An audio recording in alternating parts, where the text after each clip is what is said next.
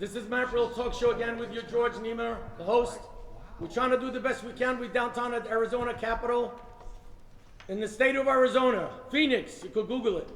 We are trying our best to cover all the events, and this is a breaking news as well, but there's a little details here to give you a little, I want to call it a lecture because that's what we need to say sometimes. And here's Stacy with us. If you could give me the whole full name, is fine. And he has something to say to you. So my name is Stacy Gentile. I served as Daniel McCarthy's chief strategist on his U.S. Senate campaign. The evening of August 4th, I had that sick feeling in my stomach. The exact same sick feeling I had in my stomach when I saw that second plane hit the World Trade Center tower, because I knew we were under attack. When we got the results in on the evening of August 4th for a U.S. Senate race, I knew the election was rigged. There was no way Martha McSally beat us, and everybody on our team knew it. So then it was up to us to figure out exactly how that happened. So we started digging into the mechanics. And when we got into the mechanics, I came across this thing that's called fraction magic, or fractional voting. In the country of the United States, we're supposed to have one vote for one person. We are not supposed to have one person 0.7 of a vote, or one person 1.3 of a vote. That is not a free and fair election. That is treason. That has us where we're at today.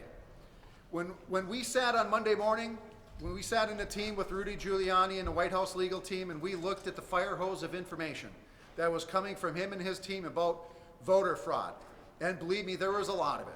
There's dead people voting, there's people's dogs voting, there's people voting out of state, and there's people getting 18 ballots at home and they're sending them all back in. There is enough evidence to clearly prove that there was voter fraud in the 2020 presidential election. Yeah!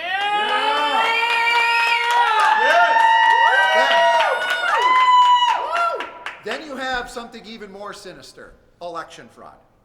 Through the Dominion system and through the Diebold system and the GEM system and everything else that they're using, these systems are not secure.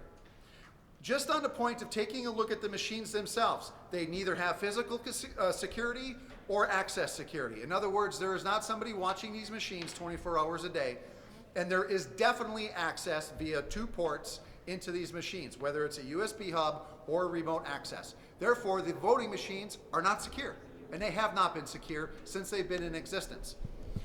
And this is how they get in there and they switch them. Again, coming back to fraction magic. What fraction magic does is you take a vote, you put it in the machine, and you look like your vote counts. And by the way, once it goes in the machine, it's a phantom. They could take a semi-load of these and load it in, or you can't even track your own vote. You don't get a receipt for it. So what happens is after these votes go into the machine, the computer magic starts happening. And they can flip these races however they want to. And trust me, they have been doing this, I believe, since 1999. And let me tell you this, and let me be very clear. It is not Democrats doing it to Republicans. It is also Republicans doing it to Republicans. Yep. It is what happened to us in our primary. And as a matter of fact, this is how they control the entire landscape of the politics in this country. They control you in the primary, they pick their winners and losers, and then they broker away the seats. We believe 100% this is what's happening. And when we looked at all the information that, again, came to us through a fire hose, through Rudy Giuliani and his team, you cannot deny, any reasonable person cannot deny fraud. And looking at the data that was presented by MIT experts, data people who crunch numbers for a living, it is 100% clear there was also election fraud. It's bad, folks. This is bad. We no longer have a free, fair, and open democracy in this country. So, where does this leave us? We have to stop Biden from getting 270 electoral votes. The state of Arizona, through Hobbs and Ducey, have already signed away your 11 electoral votes. That does not leave us without options, but this is our single last peaceful political option that we have. We have to convince all the state legislators to sign a letter of intent that I will read here shortly and send this document to Vice President Mike Pence. So he will have 2 competing documents. He will have one document from Doug Ducey and Katie Hobbs that declares there are 11 electoral votes for Biden. He will get another slate from the state legislators that declares either the votes for President Trump because of fraud or ask that all of the votes be nullified. That is where we are at today. And let me read you this letter because there's some important things in here, and it will cover a constitutional precedence that has already been set. A letter of intent to decertify the Arizona 2020 election, put forth by the following members of the Arizona State Legislation. This is a letter of intent presented by the following members of the Arizona State Legislation to either have the 2020 election decertified or have the 11 state electoral votes be awarded to President Trump.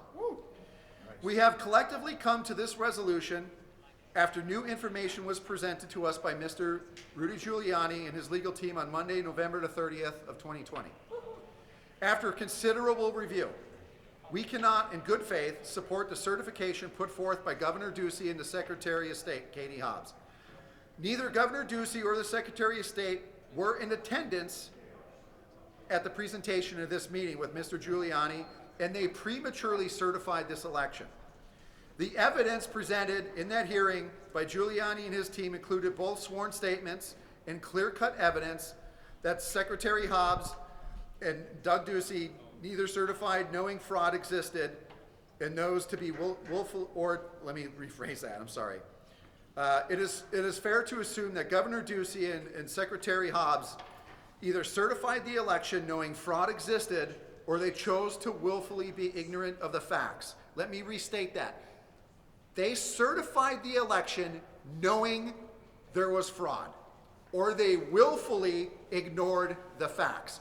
That is clear. That is undisputable. Go back and watch the tape of Rudy Giuliani. I will continue. It is our duty as the rightful elected representatives of our great state to request the election be decertified based upon these facts.